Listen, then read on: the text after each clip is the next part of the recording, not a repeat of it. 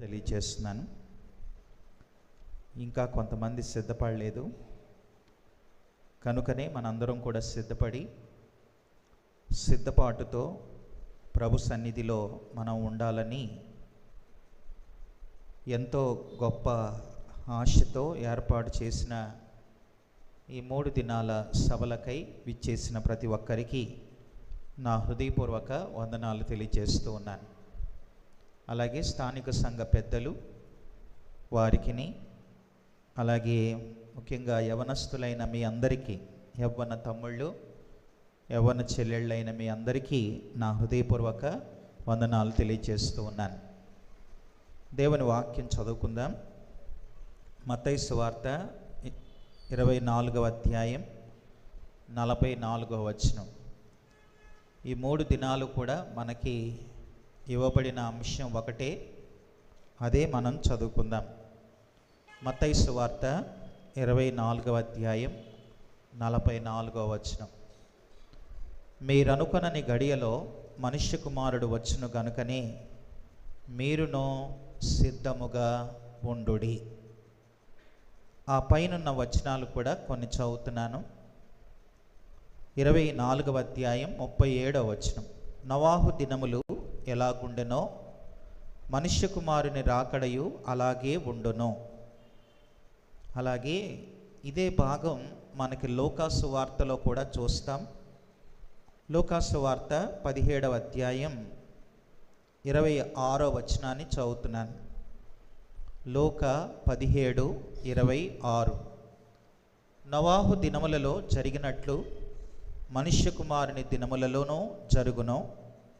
నోవాహు వాడలోనికి వెళ్ళిన దినం వరకు జనులు తినుచు త్రాగుచు పెండ్లాడుచు పెండ్లికియ్యబడుచు నుండిరి. అంతలో జలప్రళయం వచ్చి వారందరినీ నాశనం చేసెను. లోతు దినములలో జరిగినట్లునో జరుగునో జనులు తినుచు త్రాగుచు కొనుచు అమ్ముచు నారు నాటుచు ఇండ్లు కట్టుచు నుండిరి. అయితే లోతు సొదొమ విడిచిపోయిన దినమున ఆకాశము నుంచి అగ్నిగంధకములు కురిసి వారందరినీ నాశనము చేసెను. ఆ ప్రకారమే మనుష్య కుమారుడు ప్రత్యక్షమగు దినమున జరుగును. దేవుడు తన పరిశుద్ధ వాక్యమును దీవించునుగాక. ప్రార్థన చేద్దాం. దేవుడు మనతో ఈ పగటి పూట మాట్లాడునట్లు ప్రార్థన చేద్దాం. నమ్మకమైన తండ్రి, మీకు స్తోత్రం నాయనా. ఈ మధ్యాహ్నం మీ సన్నిధిలో చేరి పాటల ద్వారా మీ నామాన్ని స్తుతించడానికి గణపరచడానికి ఇచ్చిన కృప కొరకై స్తుతిస్తున్నాను. ఈ సమయంలో వాక్యం మీది మాట్లాడే దేవుడవు నీవు. వినబుద్ధిని గ్రహించు మనస్సును దయచేయండి. వినేవారుంటే మీరెంతైనా మాట్లాడే దేవుడవు కనుక మీ స్వరాన్ని వినిపించి మాట్లాడండి. ముందున్న సమయం మాకు దీవెనకరంగా చేయండి. నీ దాసుడినైన నన్ను మీ కృపలో జ్ఞాపకం చేసుకోమని పరిశుద్ధాత్ముడా నన్ను మీకు అప్పగించుకుంటూ యేసుక్రీస్తు ఘనమైన నామములో ప్రార్థించి అడిగి వేడుకొనుచున్నాము తండ్రి. ఆమేన్, ఆమేన్. మానవ జీవితంలో కొన్ని దశలున్నాయి. వాటిని నేను మీకు జ్ఞాపకం చేస్తాను. మానవ జీవితాన్ని కొన్ని దశలుగా విభజించి ఇలా చెప్పారు. పుట్టినది మొదలుకొని 12 సంవత్సరాల వరకు ఉన్న ఆ దశను ఏ దశ అంటారంటే చిగురు అని అంటారు. నేను ఇలా చెప్తాను, జాగ్రత్తగా వినండి. బాల్య దశను చిగురు దశ అని అంటారు. పుట్టింది మొదలుకొని 12 ఏళ్ల వరకు. ఎందుకనంటే ఆ 12 సంవత్సరాల లోపు పిల్లలకి పెద్దగా త్వరగా లోబడతారు. తర్వాత చెప్పింది వింటారు. తర్వాత వారు తల్లిదండ్రుల ఆధీనంలో ఉంటారు, వింటారు, తింటారు. ఇలాంటివి జరుగుతూ ఉంటాయి. కాబట్టి పుట్టింది మొదలుకొని 12 సంవత్సరాల వరకు ఉన్న దశను చిగురు అని అంటారు. ఆ తర్వాత 12 దాటాక 13లోనికి ఎంటర్ అవుతారు. 13 ఇంగ్లీష్లో 13 అని అంటాం. అలాగే 14 అలా 19 వరకు ఉన్న ఆ దశను ఏమంటారంటే దాన్ని టీనేజ్ని ఏమంటారనంటే అగరు అంటారు. పుట్టింది మొదలుకొని 12 వరకు చిగురు, 13 నుంచి 19 దాకా అగరంటే ఇంకెక్కడ ఆగరన్నమాట. కనుక ఆ దశలోనే అన్నీ తెలుసుకోవాలని, ఆ దశలోనే ఓ సొంతంగా ఫోన్ ఉండాలని, ఆ దశలోనే లోకమంతా తెలిసేసుకుందామని ఇంకెక్కడా ఆగరు.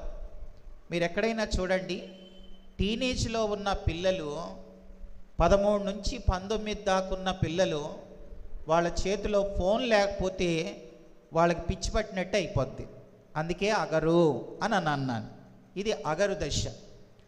19 దాటిన తర్వాత 20 నుంచి 40 దాకా ఉన్న దశను ఏమంటారంటే పొగరు అని అంటారు. కనుక 20 నుంచి 40 దాకా పొగరు. ఎందుకనంటే ఆ వయసులోనే ఏదైనా సాధిస్తారు, ఆ వయసులోనే సంతోషిస్తారు. ఉద్యోగంలో స్థిరపడాల్సింది అదే. ఎవరినన్నా కొట్టాలన్నా తిట్టాలన్నా ఏది చేయాలన్నా అదే వయసు. కనుక 20 నుంచి 40 దాకా ఉన్న ఆ దశను పొగరు అని అంటారు. 40 నుంచి 50 దాకా ఆ దశను ఏమంటారంటే వగరు అని అంటారు. 40 నుంచి 50 దాకా వగరంటే ఇక 40 దాటాక 50 లోపు వాళ్ళు తినే తిండి తగ్గిపోద్ది. ఇప్పుడు టీనేజ్లో తిన్నట్లు, అలాగే 20 నుంచి 40 దాకా తిన్నట్లు 50 లోపు వాళ్ళు తినలేరు. అన్నీ కూడా కొంచెం కంట్రోల్లోకి వస్తాయి. అందుకే దాన్ని వగరు అని అంటారు. ఇక 50 దాటిన తర్వాత ఉన్న దశనేమంటారంటే షుగరు అని అంటారు. కనుక 50 దాటాక అది షుగర్ దశ. 0 నుంచి 12 దాకా చిగురు, 13 నుంచి 19 దాకా అగరు, 20 నుంచి 40 దాకా పొగరు, 40 నుంచి 50 దాకా వగరు, 50 దాటాక షుగరు. ఈ మాట నేను ప్రారంభంలో ఎందుకు చెప్తున్నానంటే ఇక్కడ చిగురోళ్ళు ఉన్నారు, ఇక్కడ అగరోళ్ళు ఉన్నారు, ఇక్కడ పొగరు దశలో ఉన్నోళ్ళు ఉన్నారు, వగరు దశలో ఉన్నోళ్ళు ఉన్నారు, షుగర్ ఉన్నోళ్ళు కూడా ఉంటారు. అందుకే అన్ని దశల వాళ్ళు ఉన్నారు. అన్ని దశల వాళ్ళు ఉన్నారు కాబట్టి ఏ దశలో మనం ఉన్నా మన దశను మార్చగలిగినది ఒక్కటే, అది దేవుని వాక్యం. కాబట్టి మనం డివైడ్ చేస్తాం, ఇది యూత్ వాళ్ళకి, ఇది మెన్స్ వాళ్ళకి, ఇది ఉమెన్స్ వాళ్ళకి అని వాక్యాన్ని మనం డివైడ్ చేస్తాం. కానీ అందరికీ ఒకటే వాక్యం. ఏ దశలో ఉన్నా నీ దిశను మార్చగలిగినది, మన పరిస్థితులను మార్చగలిగినది దేవుని వాక్యం ఒకటే. అయితే ఈ 3 దినాలు కూడా మనకొక అద్భుతమైన అంశం ఇవ్వబడింది. మనకి ఇవ్వబడిన థీమ్ ఏంటనంటే సిద్ధపడుట. అది మన అంశం. చెప్పండి నోటితో. మన అంశం ఏంటనంటే సిద్ధపడుట. అది మన అంశం. మనం సిద్ధపడాలి. దేనికి సిద్ధపడాలి అని అంటే, ఈ లోకంలో ఉద్యోగానికి సిద్ధపడే వాళ్ళు ఉంటారు, తర్వాత ఎగ్జామ్ రాయడానికి సిద్ధపడే వాళ్ళు ఉంటారు. రకరకాల సిద్ధపాట్లు ఉంటాయి. ప్రతిదానికి సిద్ధపాటు అవసరం. రావాలంటే కూడా సిద్ధపాటు ఉండాలి, వినాలంటే కూడా సిద్ధపాటు ఉండాలి, తినాలంటే కూడా సిద్ధపాటు ఉండాలి, ప్రతిదానికి సిద్ధపాటు ఉండాలి. అయితే బైబిల్లో సిద్ధపడుట అనేది దేని గురించి ఇవ్వబడిందనంటే, మీరు అనుకొనని ఘడియలో మనుష్య కుమారుడు వచ్చును గనుక మీరు సిద్ధముగా ఉండండి. అంటే ప్రభు రాకడ కొరకు మనం సిద్ధపడాలి. ప్రభు రాకడలో ఎత్తబడే గుంపులో మనం ఉండడానికి మనము సిద్ధపడాలి అని దేవుని వాక్యం సెలవిస్తుంది. కనుక మనం సిద్ధపడాలి. గత రాత్రి ఒక 2 గుంపులు, ఒకరు సిద్ధపడిన వాళ్ళు ఎత్తబడ్డారు, మరొకరు సిద్ధపాటు లేని వాళ్ళు విడవబడ్డారు. అది గత రాత్రి మనం విన్నాం. ఇప్పుడు కూడా యవనస్తులైన మీరు ఎక్కువ మంది ఉన్నారు కాబట్టి నేను కూడా ఈ సమయంలో మరి 2 గుంపుల్ని నేను మీకు జ్ఞాపకం చేస్తాను. ఆ 2 గుంపుల్లో ఒక గుంపు సిద్ధపడిన గుంపు, మరొక గుంపు సిద్ధపాటు లేని గుంపు. వాళ్ళెవరు అనంటే చూడండి, మనకి మత్తయి సువార్త 24వ అధ్యాయం 37వ వచనంలో అక్కడ ఇలా ఉంది. మత్తయి సువార్త 24వ అధ్యాయం 37వ వచనంలో నోవాహు దినాలు అని మనం చూస్తాం, నోవాహు దినములు. అలాగే లూకా సువార్త 17వ అధ్యాయం 26వ వచనంలో నోవాహు దినాలు అని ఉంది. తర్వాత 28లో లోతు దినాలు అని ఉంది. నోవాహు దినాలు, లోతు దినాలు. కనుక చివరి దినాలు ఎలాంటివి అని అంటే నోవాహు దినాల వలె ఉంటాయి, అలాగే లోతు దినాలను పోలి ఉన్నాయి. కాబట్టి వీరిద్దరినీ కూడా ఆధారం చేసుకొని నేను ఒక 2 గుంపులు, ఆ గుంపులు ఎవరు అనంటే ఒకవైపున నోవాహు పిల్లలు, మరొక వైపున లోతు పిల్లలు. వీళ్ళిద్దరినీ జ్ఞాపకం చేస్తాను. నోవాహు పిల్లల్ని జ్ఞాపకం చేస్తాను, లోతు పిల్లల్ని జ్ఞాపకం చేస్తాను. నోవాహు పిల్లలు సిద్ధపడిన గుంపులోనికి వస్తారు, లోతు పిల్లలు సిద్ధపాటు లేని గుంపులోనికి వాళ్ళు వస్తారు. నోవాహు పిల్లల గురించి ఒక 7 మాటలు చెప్తాను, లోతు పిల్లల్ని గురించి కూడా ఒక 7 విషయాలు చెప్తాను. ఇదే ఈ పగటిపూట మన సందేశం. కనుక నోవాహు పిల్లలు, లోతు పిల్లలు, చివరిలో మీరు ఏ పిల్లలుగా ఉన్నారో ఎవరికి వారే మనల్ని మనం పరీక్షించుకొని ఆలోచించుకోవాలి. సరే రండి, మొదటిగా నోవాహు పిల్లల గురించి ఒక 7 విషయాలు చెప్తాను. నోవాహు పిల్లల గురించి 7 మాటలు చెప్తాను. మొదటి మాట ఏంటనంటే నోవాహు పిల్లలు, మొదటి మాట రక్షించబడిన పిల్లలు. చూడండి ఆ మాట ఆదికాండం 6వ అధ్యాయంలో మనం చూస్తే, ఆదికాండం 6వ అధ్యాయం నోవాహు దినాలు ఎలాంటివి అనంటే, నోవాహు దినాలు చూడండి 6వ అధ్యాయం 11వ వచనంలో ఇలా ఉంది. భూలోకం దేవుని సన్నిధిని చెడిపోయి ఉండెను, భూలోకం బలత్కారముతో నిండి ఉండెను. భూలోకము చూడండి, దేవుడు భూలోకాన్ని చూసినప్పుడు అది చెడిపోయి ఉండెను. భూమి మీద సమస్త శరీరులు తమ మార్గమును చెరిపివేసుకొని ఉండిరి అని మనం చూస్తాం. అలాంటి దినాల్లో 7వ అధ్యాయం 1వ వచనంలో యెహోవా ఈ తరము వారిలో నీవే నా ఎదుట నీతిమంతుడవై ఉండుట చూచితిని గనుక నీవును నీ ఇంటివారును వాడలో ప్రవేశించండి అని అన్నాడు. ఆ తర్వాత 7వ అధ్యాయం 7వ వచనంలో అప్పుడు నోవాహును అతనితో కూడా నున్నవారును, చూడండి 7వ అధ్యాయం 7వ వచనంలో అప్పుడు నోవాహు, తర్వాత అతనితో కూడా అతని కుమారులు, అతని భార్యయు, అతని కోడండను ఆ ప్రవాహ జలములను తప్పించుకొనుటకై వారు ఓడలో ప్రవేశించిరి అని మనం చూస్తాం. కనుక నోవాహు కుటుంబం మనం గమనిస్తే వారి పిల్లలు, మొదటి మాట రక్షణ పొందిన పిల్లలు, దే ఆర్ సేవ్డ్ చిల్డ్రన్. ఇది మొదటి మాట, వారు రక్షణ పొందిన పిల్లలు. రక్షణ పొందిన వారే ఎత్తబడతారు, అది గుర్తుపెట్టుకోండి. ఇంకా ఇక్కడ ఎవరికైనా రక్షణ లేకపోతే వారు విడవబడే గుంపులోనే ఉంటారు. మనం ఎత్తబడే గుంపులో ఉండాలి అనంటే మొదటిది రక్షణ పొంది ఉండాలి. రక్షణ లేకుండా ఏ ఒక్కరూ కూడా పరలోకం లేదు, అది గుర్తుపెట్టుకోండి. కనుక నోవాహు పిల్లలు వాడు ఓడలో ప్రవేశించారు అనంటే వారు రక్షణ పొందిన పిల్లలు, దే ఆర్ సేవ్డ్ చిల్డ్రన్. ఇది మొదటి మాట. రెండవ విషయాన్ని జ్ఞాపకం చేస్తాను. రెండవదిగా నోవాహు పిల్లలు వారు ఎలాంటి వారు అనంటే దే ఆర్ ఒబీడియంట్ చిల్డ్రన్, అనగా వాళ్ళు తల్లిదండ్రుల మాటకు విధేయత చూపిన పిల్లలు. అది రెండో విషయం. అమ్మా నాన్న మాట వినాలి. తల్లిదండ్రుల మాట విన్న పిల్లలు వారు నోవాహు పిల్లలు. ఇది రెండో విషయం. ఈరోజు చాలామంది పిల్లలు అమ్మా నాన్న మాట వినటం లేదు, తల్లిదండ్రుల్ని ఎదిరించే వాళ్ళు ఉన్నారు.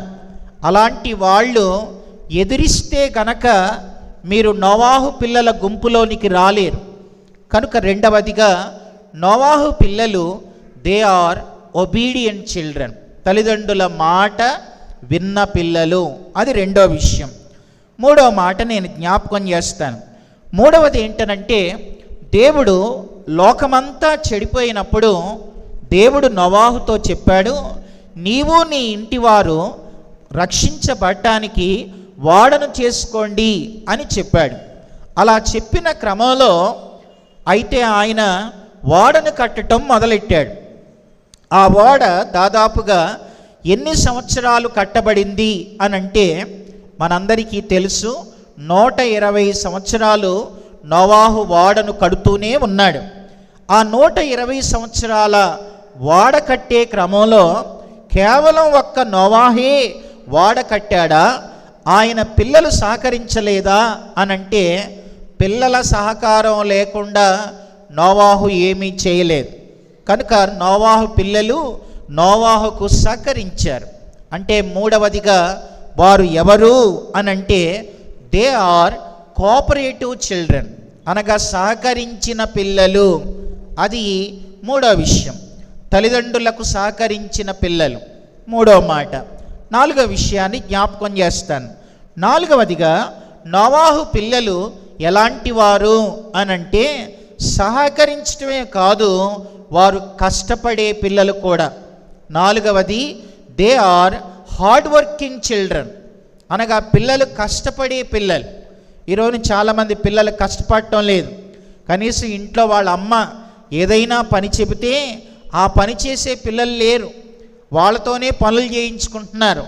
వయసు పెరుగుతూ ఉన్న తల్లిదండ్రులకు సహకరించే వాళ్ళు, పనులలో కష్టపడే ఆ స్వభావం ఉన్నవాళ్ళు ఈ రోజున కనబడట్లేదు. కనుక నాలుగవదిగా నోవాహు పిల్లలు ఎలాంటి వారనంటే they are hard working children. ఇది నాలుగో విషయం. ఐదో మాట చెప్తాను వినండి. ఐదవదిగా నోవాహు పిల్లలు ఎలాంటి వారు అనంటే they are waiting children. Waiting children అనగా కనిపెట్టుకునే పిల్లలు, ఓపిక కలిగిన పిల్లలు. They are waiting children. ఈరోజు చాలామందికి వెయిటింగ్ లేదు. వెయిటింగ్ అంటే కొంతమందికి ఫైటింగే. కనుక వెయిటింగ్ లేదు ఈ రోజున. ఎలా వెయిటింగో చెప్తాను వినండి. నోవాహు జీవితంలో దేవుడు చెప్పాడు, జలప్రళయాన్ని కురిపిస్తాను కనుక ఓడను చేసుకో నోవాహు అని చెప్పాడు. ఓడను చేయమన్నాడు. దేవుడు చెప్పిన ఎన్ని సంవత్సరాలకి జలప్రళయం వచ్చింది అనంటే 120 సంవత్సరాలకు వచ్చింది. 120 సంవత్సరాల్లో మనమైతే మన తండ్రి ఎవరైనా సరే, మీ డాడీకే దేవుడు చెప్పాడు అనుకోండి, మీ డాడీ ఓడ కడుతున్నాడు, పిల్లలు అడుగుతారు, డాడీ మరి జలప్రళయం అంటున్నావు, అసలు జలప్రళయం ఏంటి, పైనుంచి వర్షం పడటం ఏంటి, అసలు ఇంతకుముందు ఎప్పుడూ కూడా పైనుంచి వర్షం పడలేదు కదా, అసలు వర్షం కింద నుంచి కదా రావాల్సింది, నువ్వు పైనుంచి వర్షం అంటున్నావేంటి? వినండి, నోవాహు దినాలకి ముందు ఎప్పుడూ కూడా వర్షం పైనుంచి పడలేదు. ఇప్పుడు వర్షం అంటే మనకు పైనుంచి నీళ్ళు కింద పడతాయి, అది వర్షం. కానీ నోవాహు కాలానికి ముందు ఎలా వర్షం వచ్చేది అని అంటే చూడండి, ఆదికాండం 2వ అధ్యాయం 6వ వచనం. ఆదికాండం 2వ అధ్యాయం 6వ వచనాన్ని మనం చూస్తే, అయితే ఆవిరి భూమి నుండి లేచి నేలంతటినీ తడిపెను అని మనం చూస్తాం. ఆదికాండం 2వ అధ్యాయం 6వ వచనం. కింద నుంచి నీళ్ళు వచ్చాయి, నేల నుంచి నీళ్లు పైకి లేచి నేలంతా తడిసేది. అది నోవాహు కాలానికి ముందు. కానీ దేవుడు నోవాహుతో చెప్పాడు, నేను 40 దినాలు 40 రాత్రింపగళ్ళు ప్రచండ వర్షాన్ని కురిపిస్తాను, ఆకాశపు తూములు విప్పుతాను, పైనుంచి వర్షం పడద్ది, కాబట్టి స్థితిసారకపు మ్రానుతో నీ కొరకు నీ ఇంటి వారి కొరకు ఓడను చేసుకో అని అన్నాడు. నోవాహు ఏమైనా చూశాడా పైనుంచి వర్షం పడటం? ఆయన చూడలేదు, పిల్లలు చూడలేదు.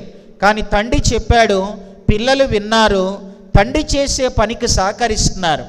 అయితే ఇప్పుడు మనలాంటి వాళ్ళు అయితే, డాడీ పైనుంచి వర్షం పడుతుంది అన్నావు కదా, సంవత్సరం అయిపోయింది వాడగట్టం, ఇంకా వర్షం పడలేదు ఏంటి అని మనం అయితే అడుగుతాం.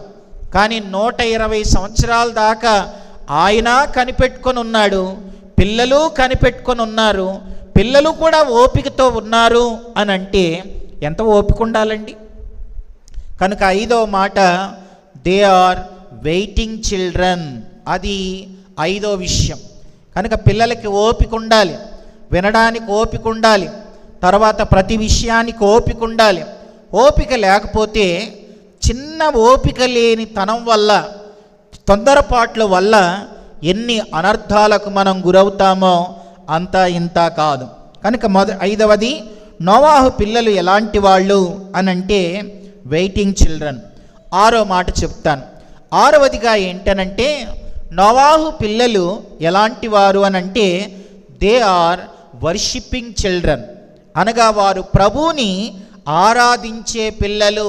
ఎందుకంటే వాళ్ళు బయటకు వచ్చిన తర్వాత వాళ్ళు బలిపీఠాలు కట్టారు. ఆనాటి దినాల్లో బలిపీఠాలు ప్రభువుని ఆరాధించుటకే సాదృశ్యాలు. కనుక 6వది, దే ఆర్ వర్షిప్పింగ్ చిల్డ్రన్. 7వ మాట చెప్తాను. 7వది ఏంటనంటే, నోవాహు పిల్లలు దే ఆర్ బ్లెస్డ్ చిల్డ్రన్.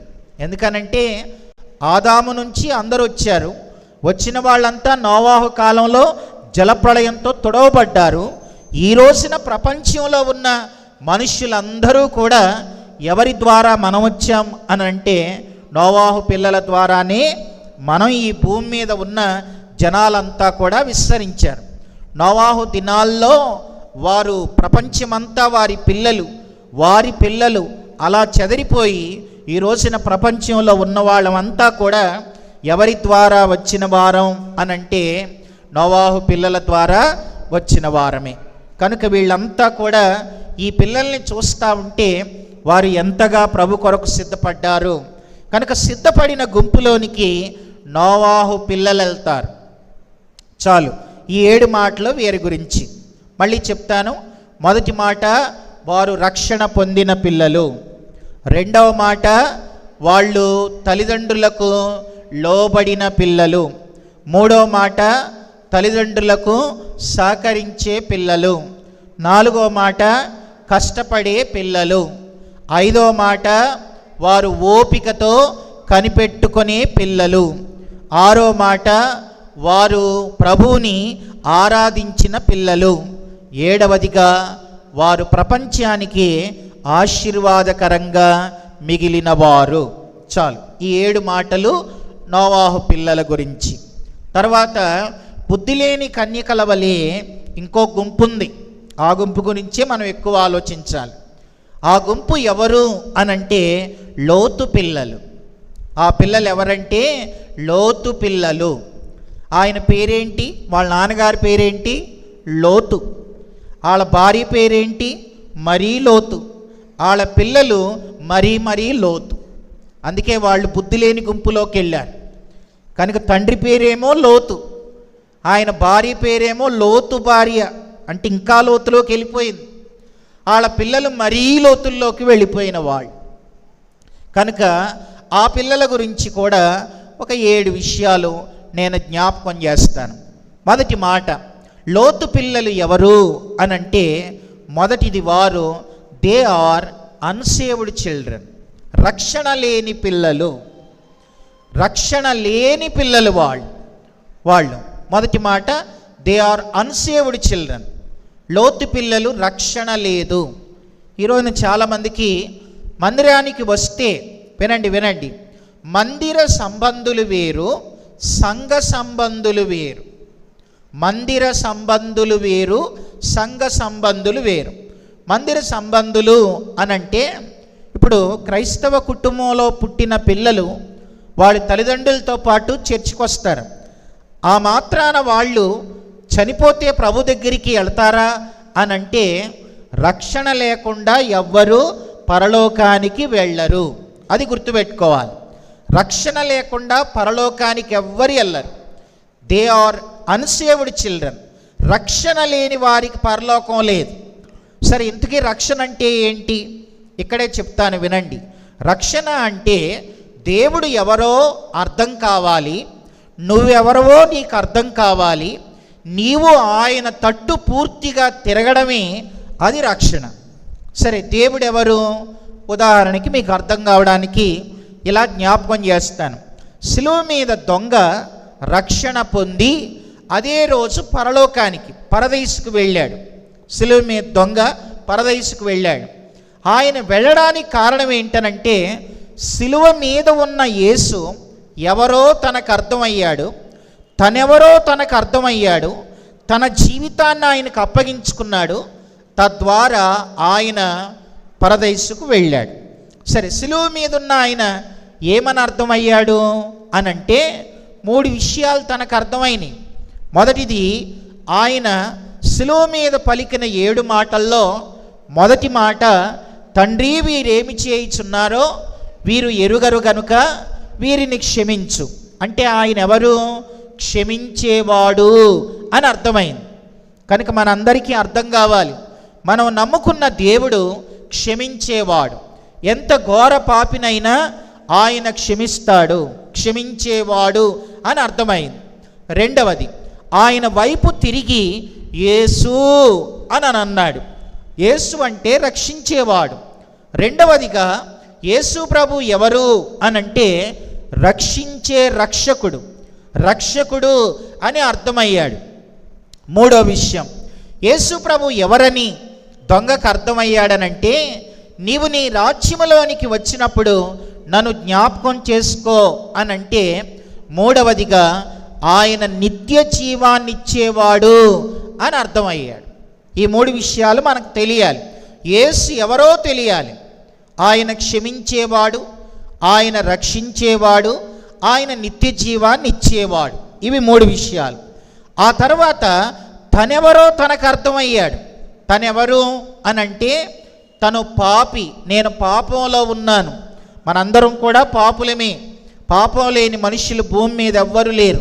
అందరూ వీఆర్ ఆల్ సిన్నర్స్, మనందరం పాపులమే, నేను పాపిని అని అర్థం చేసుకున్నాడు. తన పాపంతో చనిపోతే తను వెళ్ళేది నరకం అని అర్థం చేసుకున్నాడు. నేను పాపిని, నేను నరకానికి వెళతాను అని అర్థం చేసుకున్నాడు.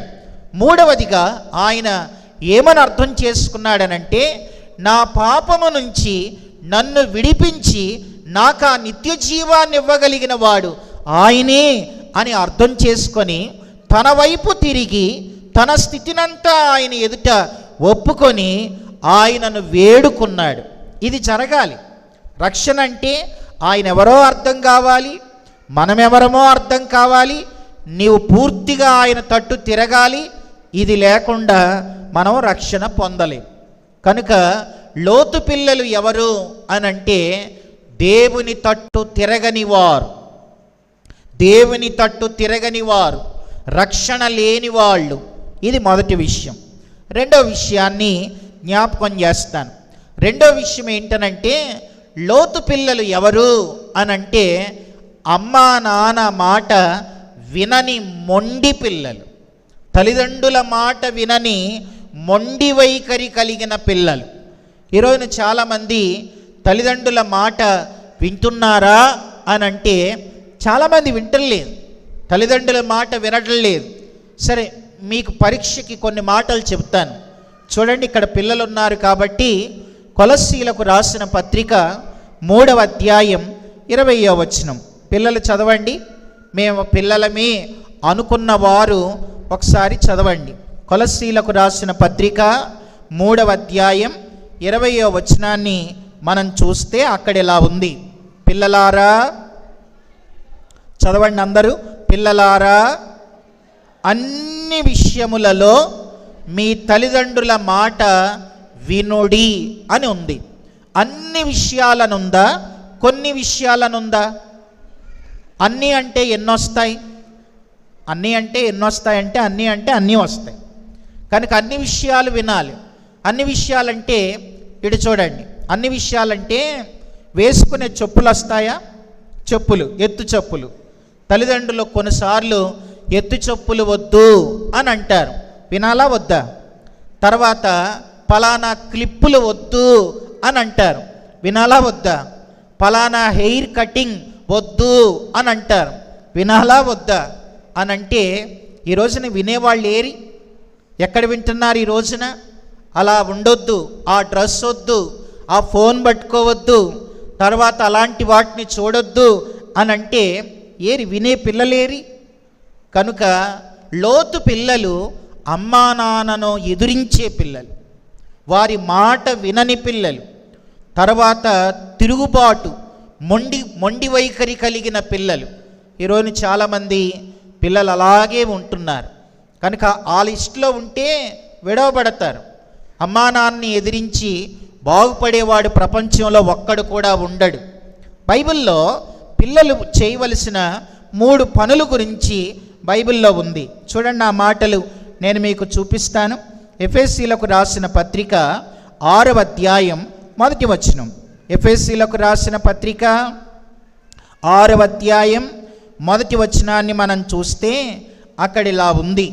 ఎఫెసీ 6:1, పిల్లలారా ప్రభువునందు మీ తల్లిదండ్రులకు విధేయులై ఉండుడి.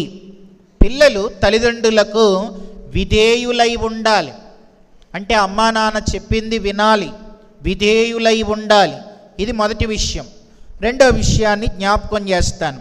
చూడండి, రెండవ మాట, పిల్లలు చేయవలసిన రెండవ పని.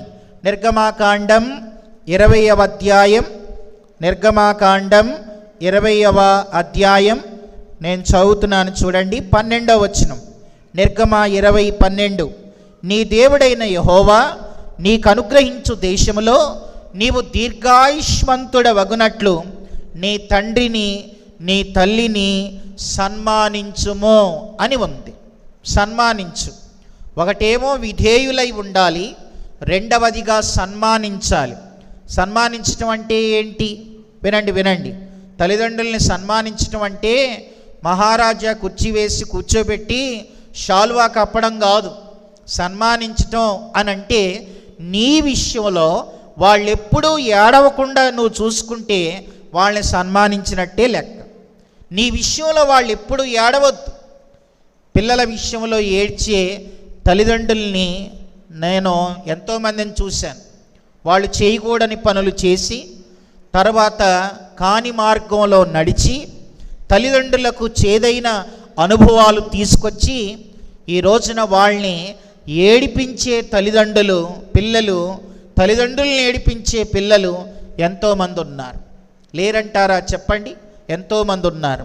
కాబట్టి సన్మానించాలి. ఇది రెండో విషయం. మూడో మాట చూడండి, సామెతల గ్రంథం 23వ అధ్యాయం. సామెతల గ్రంథం 23వ అధ్యాయం నేను చదువుతూ ఉన్నాను. 23:26. సామెతల గ్రంథం 23వ అధ్యాయం 25వ వచనంలో ఏముందంటే చూడండి, 25, నీ తల్లిదండ్రులను నీవు సంతోషపెట్టవలెను, నిన్ను కనిన తల్లిని ఆనందపరచవలెను అని ఉంది. తల్లిదండ్రుల్ని సంతోషపెట్టాలి, కన్న తల్లిని ఆనందపరచాలి. ఎందుకనంటే ఎక్కువ ఏడ్చేది తల్లే. పిల్లలు చెడిపోతే, వాళ్ళు మాట వినకపోతే ఏ గుండెల మీద ఎత్తుకొని ఆడించిందో ఆ గుండెల మీద ఎగిరి పిల్లలు తంతూ ఉంటే ఏడ్చేది ఎక్కువగా తల్లే. తండ్రి బాధపడతాడు, తల్లి ఏడ్చిద్ది. అందుకే నిన్ను కనిన తల్లిదండ్రులను సంతోషపరచాలి. ఉదయం ఇక్కడ కూర్చున్న ఒక తమ్ముడు నాతో అంటున్నాడు, అన్న నేను కష్టపడి పని చేసుకుంటున్నాను, ఇదేం పనిరా అని చాలామంది అంటున్నారు, కానీ నా లోపల ఇలా ఉంది.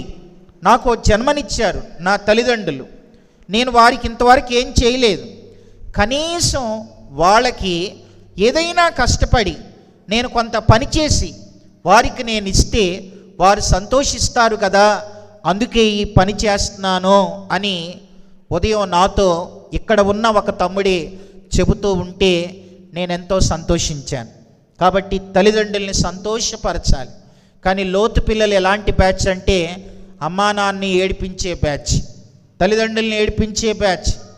కనుక పిల్లలు తల్లిదండ్రుల్ని ఏడిపించకూడదు. ఇది రెండో విషయం. మూడో మాట చెప్తాను, వినండి. మూడవదిగా లోతు పిల్లలు ఎలాంటి వారనంటే, వినండి, లోతు పిల్లలు ఎలాంటి వారనంటే, వారు మన భాషలో చెప్పాలంటే వారు సోమరి పిల్లలు. దే ఆర్ లేజీ చిల్డ్రన్, సోమరిపోతులు. లోతు పిల్లలు సోమరి పిల్లలు. సోమరితనం, సోమరిగా ఉంటారు. సోమరితనం గురించి కూడా కొన్ని మాటలు చెప్తాను, వినండి. బైబిల్లో సోమరిని ఎక్కడికి వెళ్ళమన్నాడంటే, సామెతల గ్రంథం 6వ అధ్యాయం 6వ వచనంలో చెప్పండి, ఎక్కడికి వెళ్ళమన్నాడు? సోమరి చీమల యొద్దకు వెళ్ళు అని అన్నాడు. అసలు సోమరిని చీమల దగ్గరికి ఎందుకు వెళ్ళమన్నాడు? వినండి. ఇటు చూడండి ఒక మాట. ఎమ్మిగ నూరులో ఏ చీమైనా పండుకొని ఉండటం మీలో ఎవరైనా చూసారా? నా ప్రశ్న అర్థమైందో లేదో. చీమలు పడుకోవటం ఎమ్మిగ నూరులో ఎవరైనా చూసారా? సరే, నేను ఇన్ని ప్రాంతాలు తిరుగుతున్నాను, ఇన్ని రాష్ట్రాలు తిరుగుతున్నాను, నేనెక్కడ చీమ పండుకోవడం నేను చూడలే. కనుక అందుకే సోమరి చీమల దగ్గరికి వెళ్ళి అన్నాడు. ఎందుకనంటే చీమలు ఎప్పుడూ కూడా, మనం ఎప్పుడు ఏ చీమను చూసినా అది అటో ఇటో తిరుగుతూ కష్టపడుతూ పనిచేసే స్వభావాన్నే కలిగి ఉంటుంది. చీమ ఎప్పుడైనా కష్టపడుతూనే ఉంటుంది. అందుకే చీమల దగ్గరికి వెళ్ళాను అన్నాడు. కానీ ఈరోజున చాలామంది పిల్లలు ఉదయాన్నే లేస్తున్నారా? లేవరు. 7 అయినా 8 అయినా 9 అయినా లేవట్లేదు. కనుక సోమరితనం, లేచి అన్నమాట. తర్వాత సోమరిగా ఉంటున్నారు. సోమరోళ్ళ గురించి కొన్ని మాటలు రాశాను, ఎప్పుడో రాసిని నేను చదువుతాను, వినండి. సోమరోళ్ళకి కోపం ఎక్కువ, పనులు చేయటం తక్కువ. ఒకవేళ నీకు కూడా అది ఉంటే పరీక్షించుకో. సోమరోళ్ళకి బాగా కోపం. వాళ్ళని ఏదైనా అనండి, ఎంత కోపం వస్తుందో వాళ్ళకి. పని చేయమనండి, అసలు అంటుకోమంటే అంటుకోరు వాళ్ళు. సోమరోళ్ళకి కోపం ఎక్కువ, పనులు తక్కువ.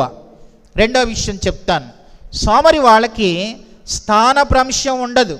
స్థానభ్రంశం ఉండదంటే వాళ్ళు పడుకున్న మంచం దగ్గరికే అన్నీ తీసుకుని వెళ్ళాలి. మమ్మీ వాటర్ తీసుకురా అని అంటారు, అమ్మ నీళ్ళు తీసుకురా అని అంటారు.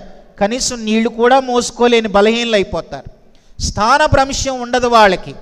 వాళ్ళు ఉన్న స్థలంలోనే వేరే వాళ్ళకి పనులు చెప్తూ ఉంటారు. తర్వాత వినండి, సోమరోళ్ళు ఎలాంటి వాళ్ళు అంటే, క్రొత్త విషయాలు నేర్చుకుందాం అనే ఆసక్తి వాళ్ళకి అస్సలు ఉండదు. సోమరోడికి క్రొత్త విషయాలు నేర్చుకుందాం అనే ఆసక్తి ఉండదు. వాడు ఏమనుకుంటారంటే, సోమరోళ్ళు నాకు అన్నీ తెలుసు, నాకు తెలవంది ఏదీ లేదు అని అనుకుంటారు. అది సోమరోళ్ళు. తర్వాత ఈ సోమరోళ్ళకి ఎలా ఉంటుందో తెలుసా? ఆశలు మాత్రం విపరీతంగా ఉంటాయి, ఆచరణ మాత్రం 0. ఆశలు చాలా ఎక్కువగా ఉంటాయి. ఎవరైనా అడగండి ఈ సోమరోడిని, మీరు వెళ్ళి నువ్వు ఏమవుతావు అని అంటే, నేను కలెక్టర్ని అవుతా అని అంటాడు. కనీసం బిల్లు కలెక్టర్ కూడా అవరు. కనుక ఆశలు ఎక్కువ, ఆచరణ తక్కువ. తర్వాత తనకు తానే బాగా జ్ఞానిని అని అనుకుంటాడు. కనుక ఈ సోమరోళ్ళు ఎలా ఉంటారో వినండి, చాలా విషయాలు చెప్తాను. సోమరోళ్ళ టైం ఎలా ఉంటుందో తెలుసా? వినండి. సోమరోళ్ళ టైం ఎలా ఉంటుందంటే, అందరూ పండుకున్నప్పుడు వీళ్ళు మెలకుగా ఉంటారు, అందరూ మెలకుగా ఉన్నప్పుడు వీళ్ళు పండుకొని ఉంటారు. అదే సోమరోడు. కనుక ఈ సోమరిపోతులు ఎలా ఉంటారంటే, సోమరిపోతు అన్నాను కదా, బైబిల్లో 7 పోతులు ఉన్నాయి. బైబిల్లో 7 పోతులు ఉన్నాయి. సోమరిపోతు, తిండిపోతు, త్రాగుపోతు, తిట్టుపోతు, వదరిపోతూ, ఇలా 7 పోతులు ఉన్నాయి. కనుక త్రాగుపోతూ, ఇలా రకరకాల పోతులు ఉన్నాయి. ఇది సోమరిపోతు. సోమరిపోతు లక్షణం ఏంటనంటే, వీళ్ళందరూ పండుకున్నప్పుడు వీళ్ళు మెలకుగా ఉంటారు. తల్లిదండ్రులు 10-11 పడుకోండిరా అంటారు పిల్లల్ని. వాళ్ళు ఏం చేస్తారు తెలుసా? మీరు పడుకోండి అంటారు. వాళ్ళు పడుకోబెడతారు, అమ్మా నాన్న పడుకోబెడతారు. అప్పుడు పట్టుకుంటాడు ఈ ఫోను. 12 అయినా 1 గంట అయినా 2 అయినా అప్పుడు మెలకుగా ఉంటారు. అమ్మా నాన్న 5-6ంటికి లెగిస్తే అప్పుడు పడుకుంటారు. వాళ్ళు అందరూ పనులు చేస్తూ ఉంటే వీళ్ళు పడుకొని ఉంటారు, అందరూ మెలకుగా ఉంటే వీళ్ళు పండుకుంటారు. ఇది వీళ్ళ లక్షణం. తర్వాత వీళ్ళ పనులు ఎలా ఉంటాయో తెలుసా? సోమరోళ్ళ పనులు. ఇంట్లో ఎక్కడైనా ఈ సోమరోళ్ళు నీళ్లు తాగుతూ ఉంటే నీళ్లు కింద పడ్డాయి అనుకో, వాళ్ళు ఏదైనా బట్ట తీసుకొచ్చి వేద్దాం అనుకోరు. నీళ్లు కింద పడితే ఫ్యాన్ వేస్తారు. అంటే ఏంటి? గాలికి అదే ఆరిపోతులే అని. నీళ్లు పడ్డాయా అవే ఆరిపోతాయి అంటారు. వస్తువులు క్రింద పడ్డాయా పర్వాలేదులే అంటారు. తర్వాత ఈ సోమరిపోతులకి ఏమున్నా లేకపోయినా కానీ ఫోను కనపడకపోతే వాళ్ళకి పిచ్చి పట్టినట్లు అయిపోద్ది. సోమరిపోతులకి ఫోన్ ఉండాలంతే. 24 గంటలు వాళ్ళ చేతిలో ఫోన్ ఉండాలి. తర్వాత వినండి, వీళ్ళు ఎలా ఉంటారో తెలుసా? వస్తువుల విషయంలో ఇలా ఉంటారు. పుస్తకాల చదువుకునే సోమరిపోతు పిల్లల పుస్తకాలు చూడండి, పుస్తకాల బల్ల కిందకు దోసేస్తారు. చెత్త వాళ్ళు మంచం కిందకు దోసేస్తారు. బట్టల వాళ్ళు బీరువాలో కుక్కేస్తారు. అర్థమవుతుందా? ఈ సోమరిపోతులు, మీరు ఎప్పుడైనా సోమరిపోతుల బీరువాను ఓపెన్ చేయండి, అన్నీ కింద పడతాయి. అంతే, ఆర్డర్లో ఉండవు. అంటే అప్పుడే అర్థం చేసుకోవాలి, కనీసం బట్టలు మడతేసి సరిగా పెట్టుకోలేనోళ్ళు. మీరు సోమరిపోతులో కాదు చెప్పడానికి చిన్న క్లూ ఇస్తాను. మీరు పండుకొని లేచిన దుప్పటి కనీసం మీరు మడత పెట్టుకునే అలవాటు నీకు లేదంటే నీ అంత సోమరిపోతులు ఇంకొకళ్ళు లేరు. నువ్వు కప్పుకున్నావు రాత్రంతా, ఆ దుప్పటి కూడా మడతయ్యరు, అలాగే లేచి వెళ్ళిపోతాడు అంతే. మళ్ళీ వాళ్ళ అమ్మా నాన్న వచ్చి ఆ దుప్పట్లు మడతయ్యాలి. ఎంత సోమరిపోతులండి! కనుక ఇలాంటి వాళ్ళు ఉంటారు. తర్వాత వినండి, ఈ సోమరిపోతులు ఎలా ఉంటారో తెలుసా? తిన్న కంచం, పడుకున్న మంచం, చదువుకున్న పుస్తకాలు, వాడిన వస్తువులు ఎక్కడ పడితే అక్కడే ఉంటాయి. అర్థమైందా? తిన్న కంచం కడగరు, పడుకున్న మంచం సర్దరు, చదువుకున్న పుస్తకాలు సరిగా పెట్టరు, వాడిన వస్తువులు ఎక్కడ పడితే అక్కడ చిందరవందరగా ఉంటాయి. వీళ్ళకంటే సోమరిపోతులు ఇంకొకళ్ళు లేడు. సరే, ఇంకా కొన్ని రాశాను ఈ సోమరిపోతుల గురించి, చాలా లిస్ట్ ఉంది. సోమరిపోతులకి ఇష్టమైన కొన్ని స్థలాలు ఉన్నాయి. వీళ్ళకి ఇష్టమైన స్థలాలు ఏంటో చెప్పనా? ఒకటి డైనింగ్ టేబుల్, టయానికి మాత్రం తిండి ఉండాలి. తర్వాత స్లీపింగ్ బెడ్, తర్వాత చాటింగ్ చైర్, ఇది వీళ్ళకి ఇష్టమైన వస్తువులు. తర్వాత వీళ్ళకి ఇష్టమైన వ్యాపకాలు ఏంటనంటే వీళ్ళు ఎప్పుడూ కూడా smart phone, WhatsApp, YouTube, Instagram, reels, Facebook, games, ఇలాంటివన్నీ వీళ్ళకి ఇష్టమైన వ్యాపకాలు. తర్వాత ఈ సోమరిపోతులకి ఇష్టమైన ఆహార పదార్థాలు ఏంటంటే ఒకటి చికెన్ బిర్యానీ, రెండవది నూడిల్స్, మూడవది పానీపూరి. ఇంట్లో వండిని తప్ప వీధిలోవన్నీ వీళ్ళకి ఇష్టమే. వాళ్ళ అమ్మా నాన్న వండింది మాత్రం ఇష్టం లేదు. బయట ఫుడ్ అంతా వీళ్ళకి భలే ఫుడ్ అని అనుకుంటారు. తర్వాత ఈ సోమరిపోతులకి ఇష్టం లేని 3 స్థలాలు ఉంటాయండి. సోమరిపోతులకి ఇష్టం లేని స్థలాలు: మొదటిది దేవాలయం అంటే చర్చి, రెండవది గృహాలయం అంటే ఇల్లు, మూడవది విద్యాలయం అంటే స్కూలు కాలేజ్. అవి మాత్రం ఇష్టం ఉండదు. చర్చికి రావడానికి ఇష్టం ఉండదు, ఇంట్లో ఉండడానికి ఇష్టం ఉండదు, చదువుకోవడానికి ఇష్టం ఉండదు. వాళ్ళు చదివేటప్పుడు చదవరు, చదివేటప్పుడు అన్ని వ్యాపకాలే ఉంటాయి, చదివేటప్పుడు చదవరు. ఇలాంటి వాళ్ళు అన్నమాట. ఇంకా చాలా విషయాలు ఉన్నాయి. ఇవన్నీ కూడా సోమరిపోతులు. కనుక ఇక్కడ ఎవరైనా అలాంటి సోమరిపోతులు ఉంటే సిద్ధపాటు లేనోళ్ళు వాళ్ళు ఎందుకు విడవబడ్డారు అని అంటే సిద్ధపాటు లేదు, అందుకే విడవబడ్డారు. కాబట్టి లోతు పిల్లలు ఎవరు అని అంటే మూడవదిగా సోమరి పిల్లలు, దే ఆల్ లేజీ చిల్డ్రన్. అలాంటి వారుగా ఉంటే విడవబడతారు. మీరు అనుకోనని గడియలో ప్రభు వస్తాడు కనుక లేజీగా ఉండొద్దు, పొటెన్షియల్గా ఉండాలి, సంసిద్ధులమై ఉండాలి, శక్తివంతంగా ఉండాలి. అది మనం మూడవదిగా లోతు పిల్లల్లో చూస్తాం. 4వ మాట చెప్తాను. 4వది ఏంటనంటే లోతు పిల్లలు ఎవరు అనంటే నోవాహు పిల్లలేమో they are hard working children, వాళ్ళేమో కష్టపడే పిల్లలు, వీళ్ళేమో కష్టపడటానికి ఇష్టపడిన పిల్లలు. 4వది కష్టపడడానికి ఇష్టపడని పిల్లలు లోతు పిల్లలు. వీళ్ళు కష్టపడటానికే ఇష్టపడరు.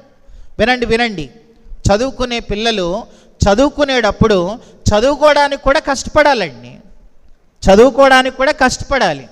కష్టపడి కష్టాన్ని కూడా ఇష్టంగా చదివితే వాళ్ళు గొప్పోళ్ళు అవుతారు. ఈ రోజున ఉద్యోగాలు చేసే వాళ్ళంతా వాళ్ళు కష్టపడి చదువుకున్నారు, ఇష్టపడి చదివారు, కష్టపడి చదివారు, అందుకే ఈ రోజున ఉద్యోగాలు చేయగలుగుతున్నారు. మరి నా జీవితాల్లో మనం కూడా, మీరు కూడా ఉద్యోగాలు చేయాలంటే చదువు కూడా ఎలా చదవాలంటే కష్టంగా చదవద్దు, ఇష్టంగా చదవాలి. ఎవరైతే చదువుని ఇష్టంగా చదువుతారో వారు గొప్పోళ్ళు అవుతారండి. అంతేగాని కష్టపడటానికి ఇష్టం లేనోళ్ళు వాళ్ళు ఏమి చదవరు, వాళ్ళు ఏమి నేర్చుకోరు, ఏమి నేర్చుకోలేరు. మిమ్మల్ని ప్రోత్సహించడానికి చెప్తున్నాను. నాకు తెలిసిన వాళ్ళు ఎంతోమంది బాగా కష్టపడి చదువుకున్నారు, గంటలు గంటలు. చదివేటప్పుడే చదవాలి. ఎవరికైనా 24 గంటలే. వినండి, ఒక మాట చెప్తాను. ఎవరికైనా 24 గంటలే. 24 గంటలు 3 భాగాలు, 8, 8, 8, 3 8 24. అయితే మొదటి 8 గంటలు అవి నిద్రకే పోతాయి. మొదటి 8 గంటలు నిద్రే. రెండవ 8 గంటలు మూడో 8 గంటల కొరకు సిద్ధపాటు.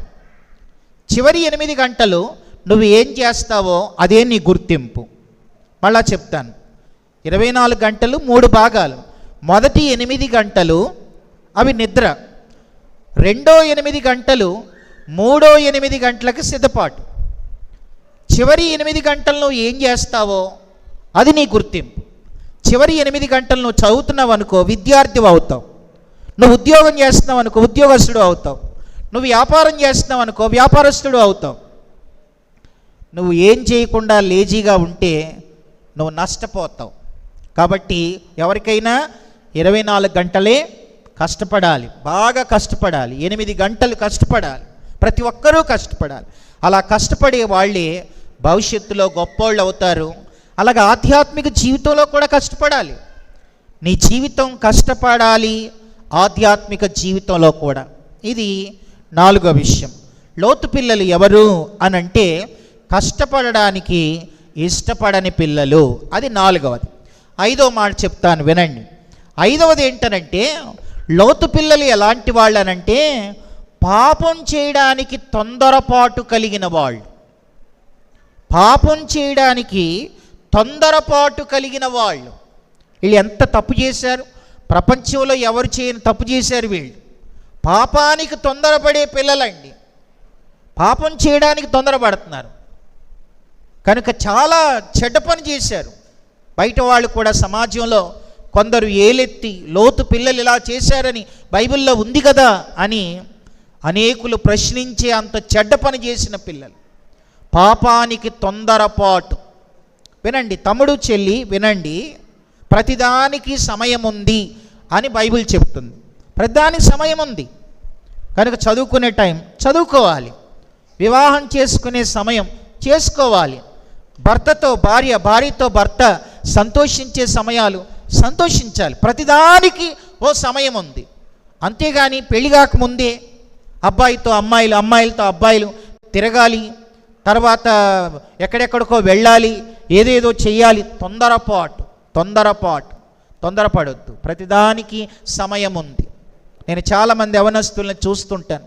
కొంతమంది పిల్లల్ని చూస్తే ఏడుపు వస్తుంది. నేను మెట్రోలో వస్తున్నాను, హైదరాబాద్లో జేబీఎస్ నుంచి హైదరాబాద్కి మెట్రోలో వస్తూ ఉంటే మెట్రో స్టేషన్లో ఆ పాప నాకు తెలిసి 8వ తరగతి 9వ తరగతి చదువుతుంది. స్కూల్ యూనిఫామ్లోనే ఉంది. కానీ పక్కన ఒక యవనస్తుడు ఉన్నాడు, వాడి మీద పడిపోతుంది, వాడిని గిచ్చుతూ ఉంది, తర్వాత జోక్లేస్తూ ఉంది, వాడు ఎక్కడెక్కడో చెయ్యేస్తున్నాడు. ఇదంతా మెట్రో స్టేషన్లో. మేము ట్రైన్ కోసం ఇటున్నాను, అటువైపున ఆ పిల్ల ఎంత తొందరపడుతుందో. చివరికి తొందరపడి ఏం చేస్తుంది అని అంటే జీవితాన్ని నాశనం చేసుకుంటుంది. ఆ తర్వాత చదువు పాడైద్ది, తర్వాత తల్లిదండ్రులకు చెడ్డ పేరు వస్తుంది, ఎవరికి లేని అపఖ్యాతి ఆ పిల్లకు కలిగిద్ది. ఇలా ఎంతమంది తొందరపడి జీవితాన్ని నాశనం చేసుకోవట్లేదు. తొందరపడొద్దు, ప్రతిదానికి సమయం ఉంది. ఇంకా చెప్తాను వినండి. హైదరాబాదులో ఒక అమ్మాయి ఒక అబ్బాయిని ప్రేమించింది. వాడెంత చెడ్డవాడంటే వాడు రోజు కూడా SMS చేసేవాడంట, నువ్వు లేకపోతే నేను బ్రతకలేను, నువ్వే నా ప్రాణం, నువ్వే నా సర్వస్వం, నువ్వు లేకపోతే చచ్చిపోతాను అని రోజు ఎస్ఎంఎస్లే. వినండి, చచ్చిపోతాను అని బెదిరించేవాడు ఎప్పుడు చావడు, నిన్ను చంపుతాడు. చచ్చిపోతాననేవాడు చంపుతాడే తప్ప చావడాడు. కనుక అలాంటి మాటలు నమ్మకూడదు.